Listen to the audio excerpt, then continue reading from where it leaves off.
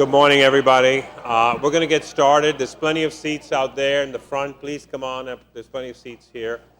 We're going to have Dr. David Lewis, who's Vice Chancellor of Clinical Affairs and Chairman of the Department of OB/GYN, speak to us for a few minutes before.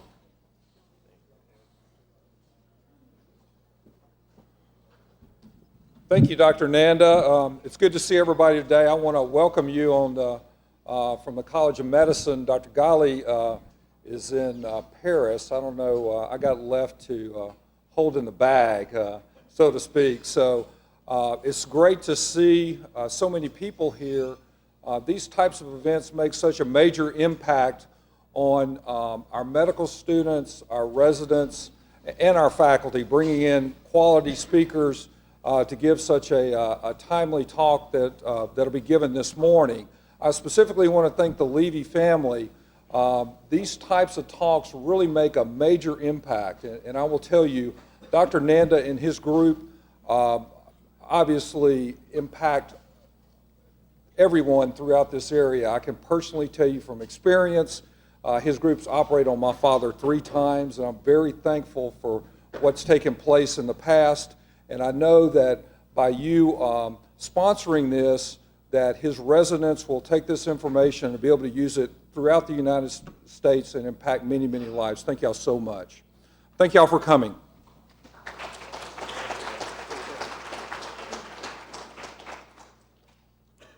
I have the honor of introducing Dr. Rick Boop, but before that, I really want to extend my gratitude to the Levy family. Ben Levy was an amazing, iconic person. He had 2 Purple Hearts from the Battle of the Bulge, and I knew him for years and didn't know it that he had those. But he was part of the greatest generation. He served honorably, never talked about it.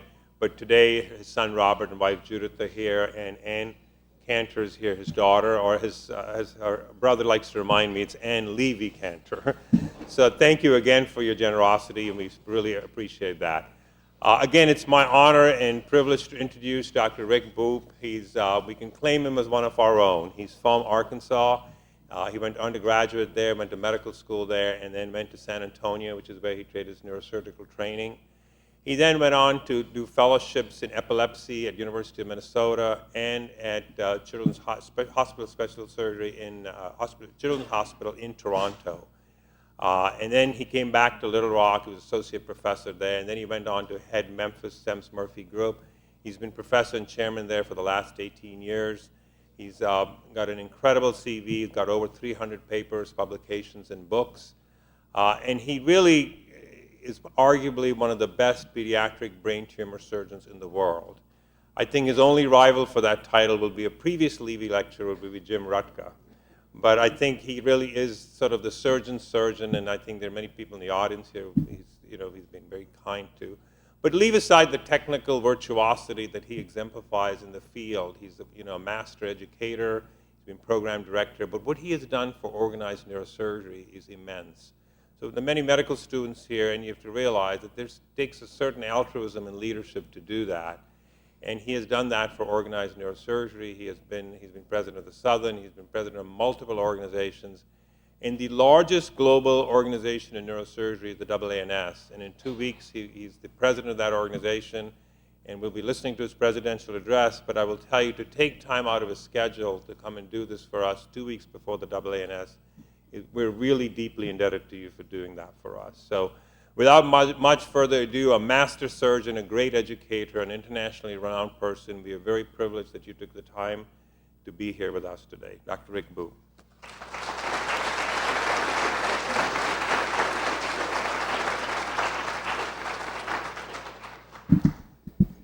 Well, thank you very much.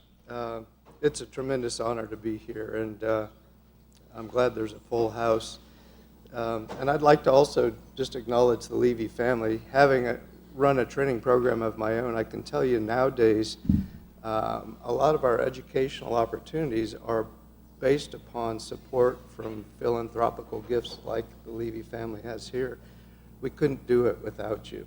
And so I hope you enjoy the talk. Give a man a fish. So this is a picture that my daughter took. My daughter and son both have Masters of Public Health. My son's in medical school in Little Rock. My daughter's in nursing school in Knoxville. But she took this picture when she was with John Ragab's group doing some work in Haiti. John set up a foundation that goes to Haiti 2 or 3 times a year. They're actually building a hospital there to try to provide care, neurosurgical care for children that need it. So give a man a fish and you can feed him for a day. Teach him how to fish and you can feed him for a lifetime.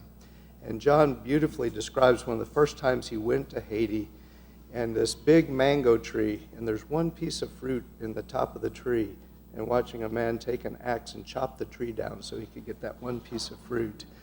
And that's the mentality that we need to change. So I thought today I'll start out talking a little bit about global surgery, and then we'll break off into why we're so advantaged here in the United States and show you some of the technological things that we're doing with pediatric brain tumors, and then we can have time for questions, hopefully. So let me start with this. No, let's not start with this. I don't have any disclosures that are relevant. Let's start with this. This is pictures of how small our world has become and how connected we are. So this is from the National Association of Air Traffic Controllers, and these are flights in and out of Gatwick and Heathrow in a day. It's just amazing to me how many of us travel around the world, how much smaller the world's become.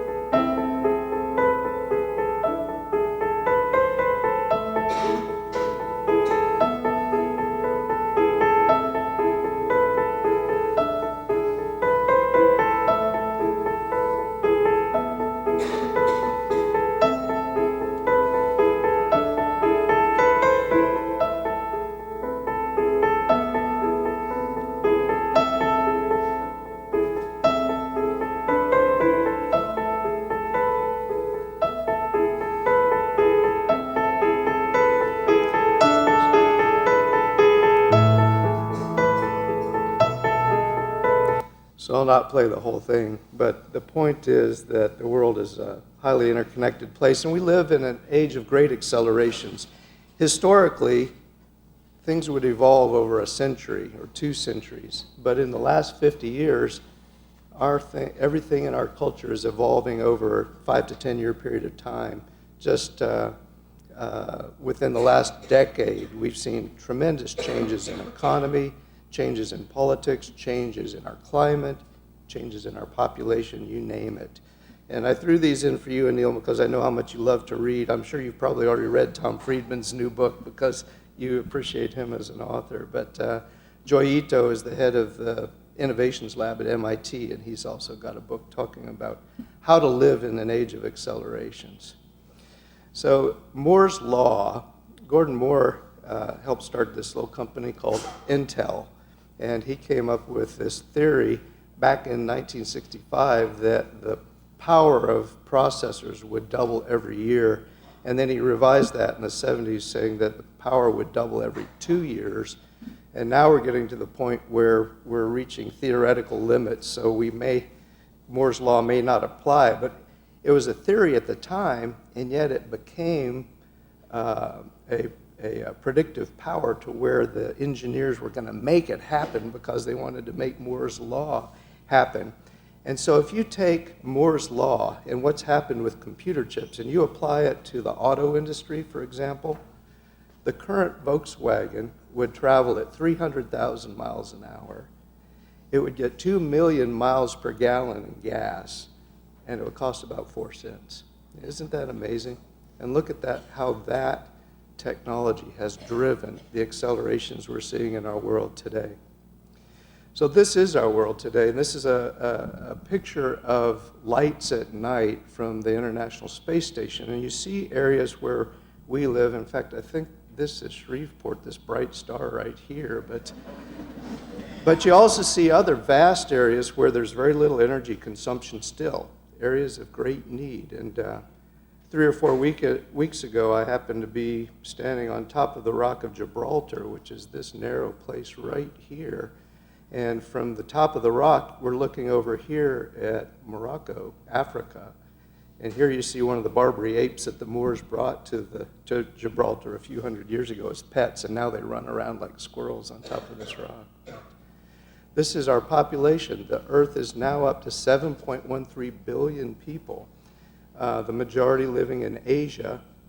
But if you look at population growth in our country, it's incredible. 360,000 new births per day compared to 150,000 deaths per day. 4 births per second compared to 2 deaths per second. And the average person's living 67 years. So if you look at population growth, in developed countries, it's fairly stable. But in many countries, particularly in the southern hemisphere, over 50% of the population is under the age of 18. A tremendous number of children. So in 2000, in the Millennium, the World Health Organization came up with these 8 Millennium Development Goals. Eradicate extreme poverty and hunger, which they defined as spending less than $1.25 per day. And we've actually met those goals early in the last decade. It's amazing. Universal primary education, promotion of gender equality and empowerment of women, reduce child mortality, improve maternal health, combat HIV, AIDS, malaria, TB, communicable diseases. And if you look at the spending of the World Bank, most of the money of the World Bank comes from the United States. Up until the last couple of years, 80% of their spending on health was directed towards communicable diseases, HIV, AIDS, malaria, and tuberculosis. Ensure environmental sustainability and develop global partnerships for development. In 2013, the Lancet Commission was convened to look at surgery. Up until this time, surgery was thought to be unaffordable for most countries, and the world really hadn't paid much attention to surgical conditions. So with this Lancet Commission's publication, they made the point that universal access to safe, affordable surgical and anesthesia care is essential. And this led 2 years later to a World Health Assembly Resolution 68.15 that says we've got a crisis here. Surgery is an essential part of global health care, and we're not paying attention to it. So they set a number of development goals for hopefully achievable by 2030. Of the 7.13 billion people in our world, 5 billion don't have access to safe, affordable surgical and anesthetic care. In low and middle income countries, 9 out of 10 people have no access to basic life-saving surgery when they need it. 143 million additional surgical procedures are needed in low and middle income countries each year to save lives and to prevent disability. And when you look, putting things in perspective, at those communicable diseases that we've been spending all our money on, HIV, AIDS, and tuberculosis and malaria, death from injury is 3 times as prevalent as these communicable diseases, and the leading cause of death from trauma is a head injury. So a lot of need for neurosurgery in these developing countries. So here's injuries, and if you look at digestive diseases, just think appendicitis, cholecystitis, diverticulitis, things that we take fairly for granted. If you don't have access to surgery, you can die from those things. Maternal and neonatal conditions, it's estimated that 500,000 women die each year from lack of access to OB care. And whenever one of those women dies, their baby usually dies with them. It's incredible. So their conclusions were that investing in surgical services in these countries is affordable, it saves lives, decreases disability, promotes economic improvement. A target of 5,000 operations per 100,000 population is what we're shooting for. 2.2 million more surgeons, anesthetists, and obstetricians are needed. So if you're in medical school, there's a lot of opportunities for you if you're not afraid to travel. The estimated cost of fixing the problem is $420 billion. The estimated loss by failure to address the problem is $12.3 trillion. Loss of productivity. The young person who breaks their leg and doesn't have an orthopedic surgeon to fix it and can't work the rest of their life because it didn't heal properly. Those sorts of things. Surgery is an indivisible, indispensable part of healthcare. It should be an integral part of every healthcare delivery system. And hopefully we can attain these goals. Now, these goals have been updated now by the Sustainable Health Goals in 2015, and there are a number of surgical issues predicated on that. So let's look for a minute at healthcare in America. We live in the lap of luxury here. If you look at OECD, are the developed countries that are working together to improve things. If you look at the portion that we spend just on government health care alone, not talking about the private insurance, we spend more just in our government insurance than most developed countries spend in their whole health care system. So if we look at our health care system, we have fewer physicians than a lot of those countries, and we visit our doctors less commonly than other countries do. We have fewer acute care hospital beds than other countries, and we spend less time in the hospital than people do in other countries. If you look at imaging, we have a lot more MRIs, CT scanners, PET scanners, and we do a lot more imaging than most countries do, and that's outpatient imaging. We take more drugs than most countries do, and we pay a lot more for our drugs than most countries do. Why is it that I pay $125 a month for my Lipitor when in New Zealand you pay $6 a month for the same medication? So this is a telling slide for the administrators in the office. This is the growth in physicians over the last decades compared to growth in administration, and those administrative fees are costly.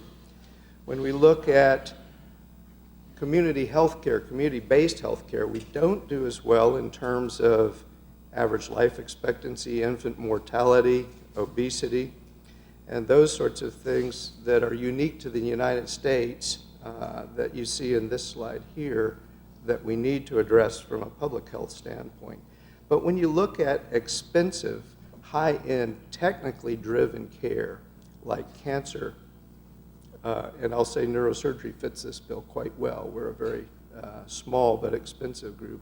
We are amongst the best in the world. So I wanted to spend the rest of the time talking a little bit about neurosurgery and particularly my interest in pediatric brain tumors and some of the technological advancements that we've made. So this is a picture of Harvey Cushing, who was our founding father, and I showed this to make the point that he started practice after his training in 1900, and he helped establish the Society of Neurological Surgeons in 1920. So our specialty is less than 100 years old. In his day, he collected specimens from every patient he had who died, every brain tumor he took out, and he and his pathologist wrote some of the seminal articles on brain tumors, what he saw under the microscope, and trying to figure out what it meant that they were looking at under the microscope and how it related to the prognosis, the treatment that these patients needed. Nowadays, things have changed considerably. Let me start with this case. This is a 4-year-old who came to us a few years ago. His mother, 2 years ago, his mother was a neuro-ICU nurse. Dad flies C-130s for the Air Force. And she came with this cell phone picture she took in their car of him having a seizure. And if you look, his eyes are tonically deviated towards the left. He's got focal twitching of the left side of his face, and then it's over. So everybody in medical school knows that's going to be right frontal lobe, right? So the interesting thing to me is that it's so focal that it doesn't spread to his shoulder, it doesn't spread to his arm. But his MRI showed this tumor. So this is motor strip here, and we know now that this little, what we call the omega sign, is the anatomical area in the motor strip that controls arm movement. So if you remember that homunculus, leg area here, hand area here, face area over here, fits perfectly with what we're seeing in this child. Now this is a fairly complex tumor, as you see here. And it's even more complex by the fact that it's got a halo of something suspicious around it. It's got areas where it's got this sort of thing, these expanded gyri that I thought probably represented cortical dysplasia with a tumor within it. but he proved me wrong. And then areas where he's got some signal change even going down into the thalamus. Perfectly normal, very bright child, precocious, but having 10 to 20 seizures per day like that on medical therapy. And they'd been to local docs and they said, you know, this is motor strip. We just can't operate there without hurting him. So this is our technology where we can see where the fiber tracks run. So this is from that anatomical hand area, showing that the fibers run just beside the tumor, but that the face area is involved with the tumor. And this is what we call premotor area, which is involved with planning of motor movements. And typically, if we take that out, we can predict that the patient will wake up paralyzed, but that'll recover over 6 to 8 weeks. So this is another test called transcranial magnetic stimulation, and I'll elaborate on that later. But again, here's that omega sign. Here's his hand area, no response with these gray areas from the tumor itself. And here's his tumor at surgery. So if I tell you this is normal looking brain, this is the motor strip, this is that omega sign, the hand area, this is the face area, and you can see how fat that gyrus is, how pale and fat this one is. So the tumor involved this whole area. And we were very comfortable taking it out, having forewarned the family that when he woke up, he wasn't going to move the other side of his body and would have some weakness in his face, but that with therapy and time, he would get better. And so this proved to be a benign tumor, and the area we took biopsies from this funny-looking stuff around it was not cortical dysplasia, and it wasn't tumor either. And he's over a year out now, and his scans have been stable, and he's been seizure-free. This is a cell phone video that his mom sent me about 3 months after surgery. All right, buddy, go for it. Can we turn it up just a little bit, please? The volume. It's okay. Everybody falls, you just got to get back up, okay? Nothing like sister to push him along. But for a kid that woke up unable to move his arm, you can see how nicely his hand has recovered. And you'd say, what do we need premotor area for?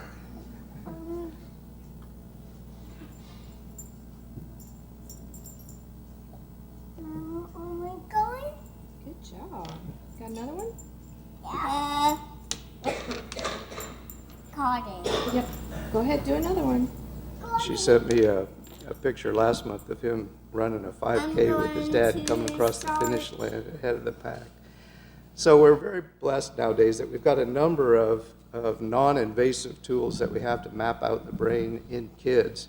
You know, in adults, you can do an awake craniotomy under local, and there's a lot of interest in that nowadays. In kids, we don't have that luxury. Most of these paradigms involve using recordings in the activated state versus the resting state, and then doing these subtraction algorithms so that we can overlay the difference on an MRI scan and see where those areas are. So for functional MRI, for example, this is a bold signal, which is blood oxygen level dependent, which means that it doesn't really measure brain function, but as focal areas of the brain increase their metabolism, then you get an increase in blood flow to those areas. So we're actually measuring focal changes in blood flow. And you can see here is a functional MRI of somebody with a strobe light in their eyes and how their visual cortex lights up. So this is a 3-year-old child who came to us. She was the daughter of one of our pediatric surgeons who presented with a seizure, focal motor seizure involving her dominant hand. And you can see the tumor here. And we were concerned that it was close to hand area. Here's that homunculus we were talking about earlier in that previous case, the face area over here, hand, then leg being up here. And we had read an article from Tübingen, Germany, where they'd taken some normal volunteers and shown that between active range of motion and passive range of motion, the overlay and functional imaging was the same. So we said, well, let's try this in some kids with tumors and see if it works. So this little 3-year-old sedated in the MRI scanner, you see a nice response from where we moved her hand. This is actually where we were stroking her face and got a response, stroking her cheek, and got a response from the face area of the brain. But we're able to demonstrate that her hand area was a gyrus away from this tumor, which turned out to be a benign meningoangiomatosis. And she tolerated the surgery well. It's about 10 years out now, never had any recurrence. So we also extended this same protocol to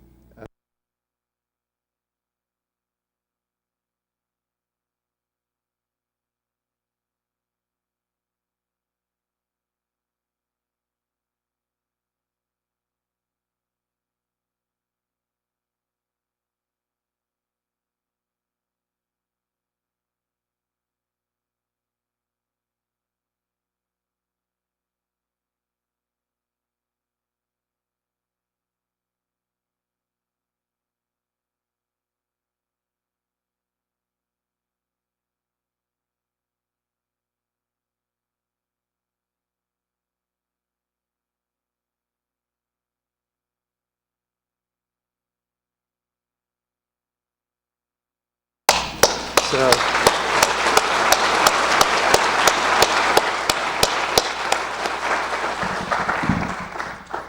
doing very well, and from what I hear from the family today, he's got a bit of a superior field cut that interferes with his basketball game, but otherwise doing great in school. Future neurosurgeon in the offspring. So this is another child that came to us from Oklahoma, wanted to drive. He'd been having seizures for a few years and had this tumor in his dominant temporal lobe here. And so you can see if he wants to drive, he's got to be seizure-free, and he has to have his visual fields, because you can't drive if you've got a homonymous hemianopsia. So here's his functional imaging, and we can see quite nicely here the tumor, his Wernicke's area draped over the top of it, and then with our functional imaging, here's his geniculocalcarine, or i.e. visual tracts making up the medial border of the tumor. This is his motor tracts, which are not involved, and then this is the arcuate fasciculus, which is involved with language. But then using that data, it's very easy to put this on our image guidance systems and figure out an approach to this tumor. And here's his post-op scan. This was a benign ganglioglioma. You can see we were able to spare geniculocalcarine here. And he's probably about 3 years out now, seizure-free, off meds, driving, and normal visual fields. So this is another technology called magnetoencephalography, or MEG, which actually does record electrical activity from the brain. So the patient's head sits up inside this coil, and there are 248 squids, or superconductors, that can record microvolt electrical activity and then use basically GPS algorithms to triangulate where that electrical activity is coming from, and then overlay that electrical map onto an MRI so that we can see where functional areas come from. And we can actually stimulate visual cortex, stimulate auditory cortex, move hands, and so we can map out motor, sensory, and visual functions in these patients. So here's a girl that came to us from New Orleans. She was a teenager. She said, "Doctor, I've got crazy speak." I said, "Crazy speak? What do you mean?" She said, "Well, my friends talk to me, and I have these periods where I can't understand a word they're saying." And you can see the tumor here, which on MRI is sitting right in her dominant sylvian fissure.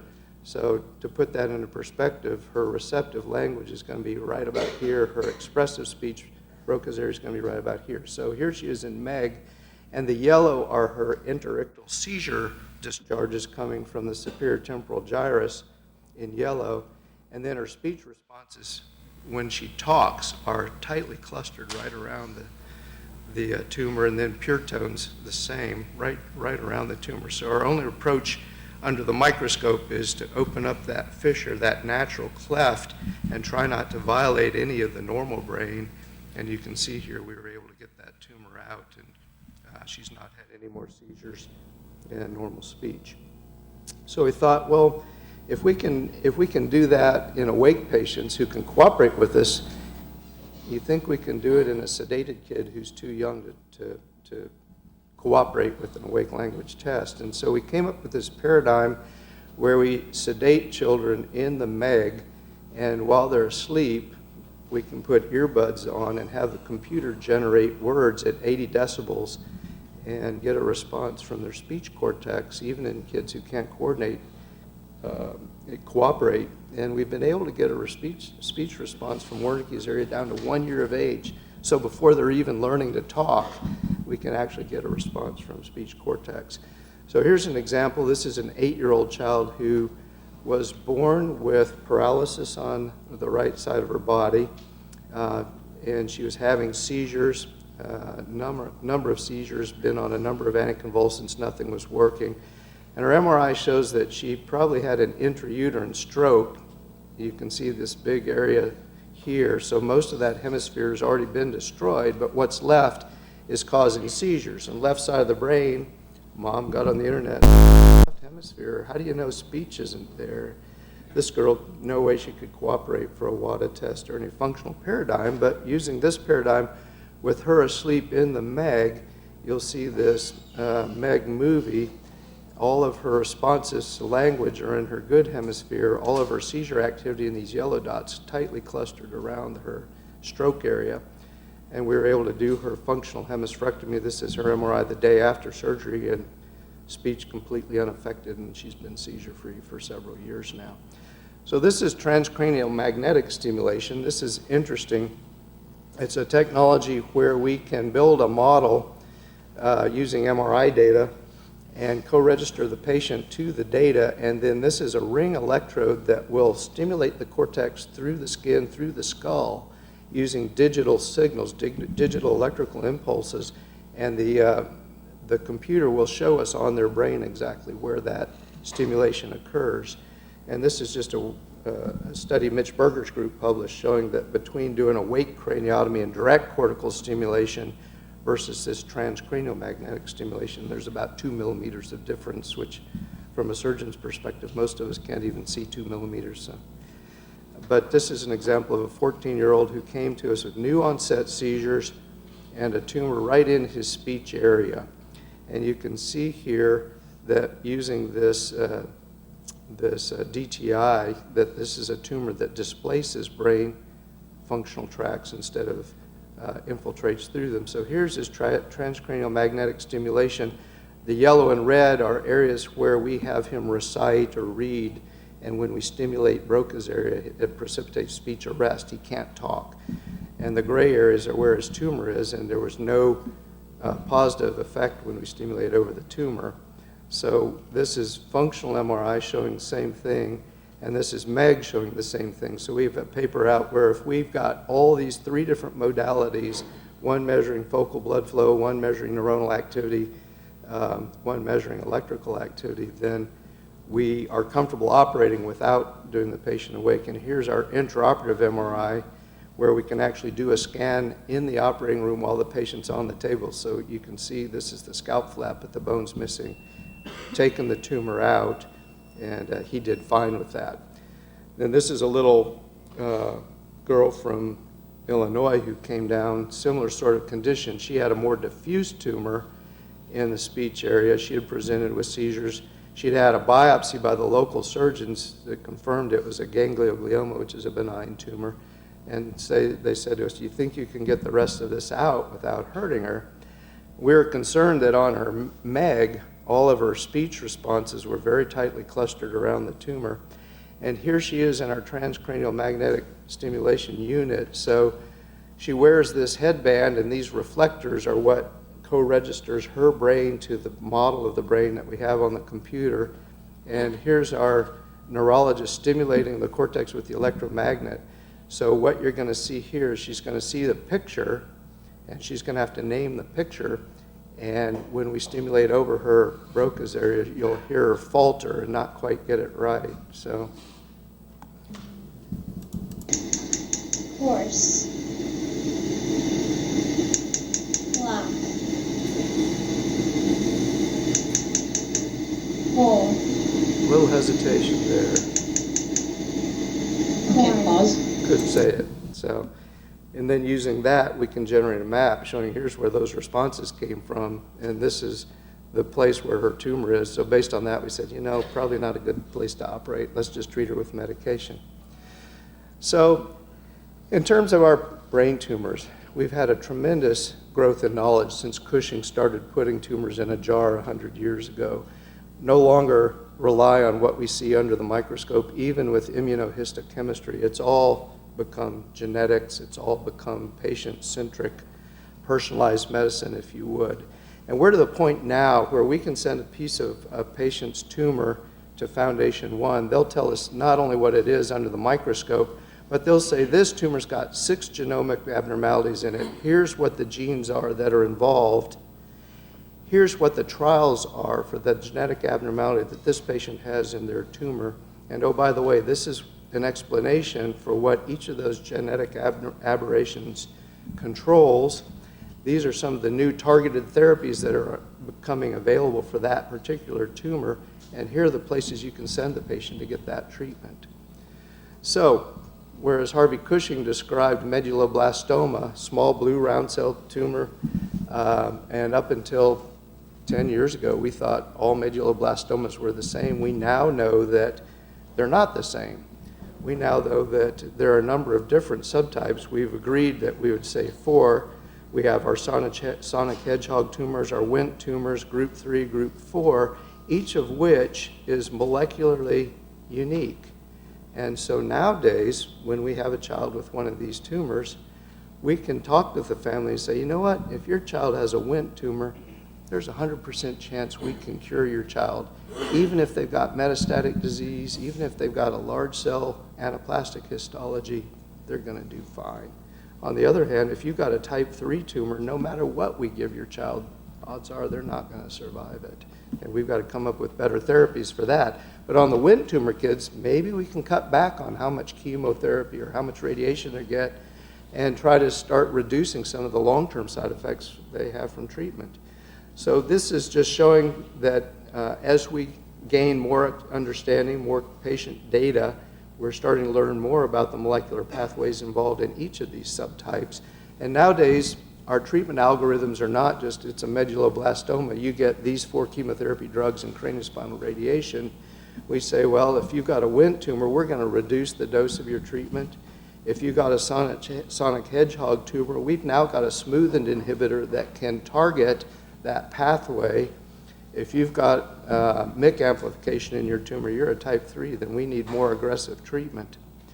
Ependymomas, same sort of thing. They all look the same, and for decades under the microscope, we would treat them the same even if they're in the spinal cord, supratentorial space, posterior fossa, thinking that, well, the prognosis isn't the same based on anatomy, but they all look the same, so they must be the same.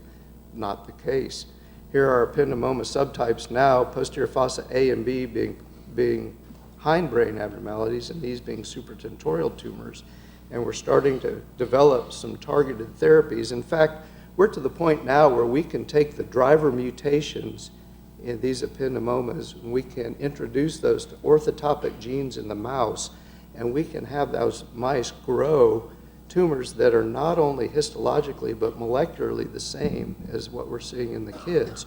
And we can then take them to the lab and using high throughput screening, test numbers of these novel chemotherapeutic drugs to try to find what's going to work for an individual child's tumor.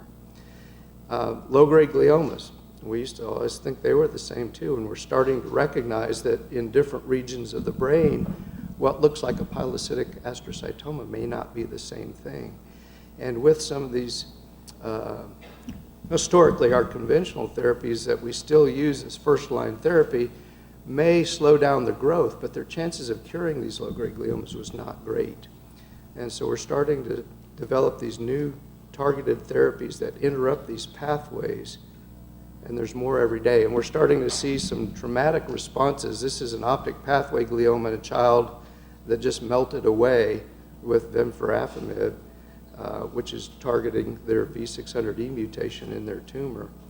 We don't know how many kids will have that response, and we don't know whether that response is going to have duration or whether in 6 months it's going to grow back. But at least we know that by interrupting that pathway, we can get a response. The worst pediatric brain tumor we have that we've not made any progress with in 60 years is the diffuse intrinsic pontine glioma, and we've now identified a histone mutation, hypermethylation in these tumors, and we now have a mouse model that replicates that we're doing some work with in the lab. So hopefully within the next decade or so we'll have some treatments for those children.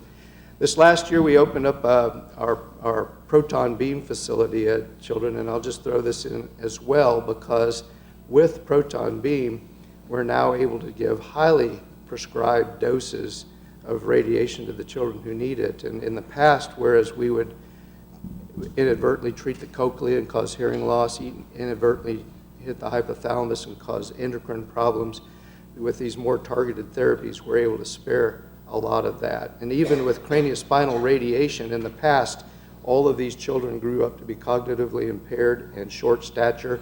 Now we're able to avoid treating their bone marrow. We're able to avoid the heart and lungs, which used to be a significant cause of disability in the survivors. And when we give craniospinal radiation, we're now able to treat the surface, the subarachnoid space, without delivering significant radiation to the brain itself. So we're very excited about what this may offer in the future. And I'll close by inviting all of you to Los Angeles. Our meeting, as Anil said, is 2 weeks away. We've got the biggest pre-registration we've ever had. It's going to be a huge turnout. I hope to see you there. Thank you.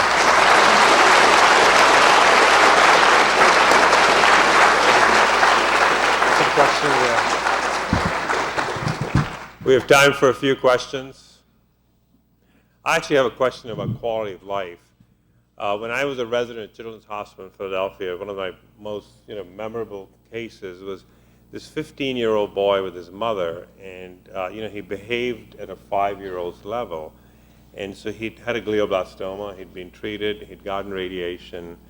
And I asked the mother, and I don't know if I did the right thing, I said, if you had a choice, and would you do this all over again?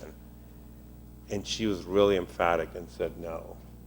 And it really sort of stunned me, like, my God, we did all this for her, the whole group did that, and the quality of life was a big issue. And I think with children that becomes very important. So I was curious if you could comment on that a little bit. Yeah, well, I think you're exactly right. There's nobody that struggles more with that than people that take care of cancer. And when we started out, we as a discipline, Harvey Cushing's era, we were just trying to keep people from dying and trying to understand what their diseases were. And then you look at our field back in the 60s and 70s, and it was mortality and morbidity, and we had crude measures like excellent, good, fair, poor, where we'd say, well, this guy's excellent. He survived his disease. He went back to school. That's a great outcome. And then you talk to the family and say, well, they used to be a straight A student, and now they're struggling to pass a course, and they're never going to be able to live independently because they can't figure out how to take care of themselves. And then we moved into the era of things like Karnofsky, Lansky that we now use. And today, our outcomes are measured in detailed quality of life batteries and psychometrics that not only are the children tested, but the family members are involved in that. And that's where we're measuring outcomes. So we've got cancers that we can't cure yet where we still have to concentrate on mortality and morbidity. But we've got other cancers like these Wnt tumors where we've won. We've won. The last child we had die of a Wnt tumor was 10 years ago, and he died of complications of chemotherapy, not from his tumor. And so now we have to reduce our toxicity of treatment. So there's a paper that came out about 2 weeks ago looking at proton beam therapy in long-term survivors of cancer. And we know institutionally that if you survive cancer in childhood and you live 10 years, you've got about a 5% chance of developing another cancer, and by 20 years, it's a 10% chance. And in the proton beam era, that's cut in half. So we're making progress. Hi. I have two questions. One, I was impressed by your functional mapping scheme for the epilepsy patient. My first question is, have you tried using resting state as part of the mapping? For our epilepsy workout, all our patients get resting state although I know it's a controversial technique, but we have seen some interesting findings. Right. After the resection. My second question is for pediatric patients with epilepsy and maybe with a lesion in the development cortex, and how do you balance the possible transient neurological deficit and maybe sometimes rely on the brain plasticity in children, so maybe some of them recover those functions. If you can render them seizure-free, I think that may have a lasting impact there. Right, right. So resting state functional MRI is people either asleep or lying still and just doing functional MRI and using the computer algorithms to try to figure out what's connected to what. And the more we know about the brain, the more we know that everything's connected to everything else. So we're doing some work with it, but we're not to the point where I can rely on it to do surgery. It would be very exciting if we get to that point, but at the moment we're not there with the resting state functional MRI. Dr. Romero, pediatric neurologist. Dr. Boop. Yeah. So among the different techniques that you've shown us to localize depth of pergenic focus in the development cortex, how do you decide if the data is discordant between your MEG or your transcranial magnetic stimulation or your functional MRI or any other data set you have? How do you decide which you would believe most if the data can, because sometimes data can be discordant? Right, right. So one of the problems with all the functional paradigms is you're using these subtraction algorithms between resting state and activated state. And a lot of what you superimpose on your MRI depends on how you window it. And so, for example, we'll see patients have functional MRI for language that come from places that I don't know, where the MRI techs just use a standard algorithm, and they can make Wernicke's area this big or this big depending on how they window it.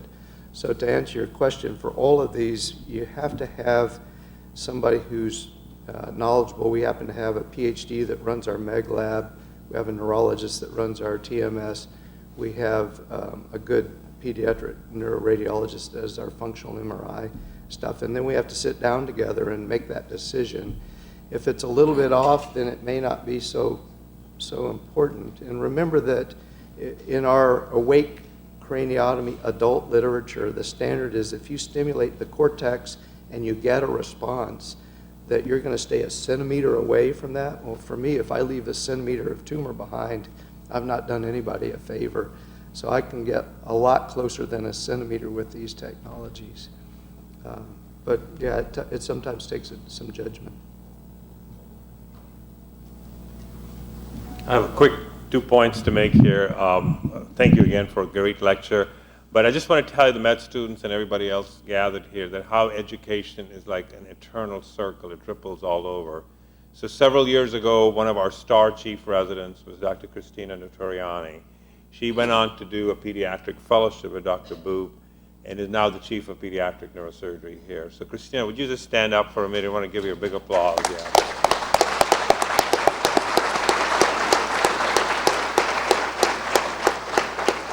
And the reason we always guide, the healthcare today is so fractious, in the city or the state or nationally, it's all polarizing stuff. But the one thing we all agree on is education. And one of the great things about the graduating speaker coming here today is that we have 2 fine graduating residents graduating this year. And I'd like both of them to stand up. They're both superstars, Dr. Mark Mannix, and where's Dr. Minervia Nixon? Yeah. I want to recognize that. So we'd like to thank Dr. Boop. We have a nice little honorarium for him, and we have a nice plaque. Thank you. Thank you all for coming.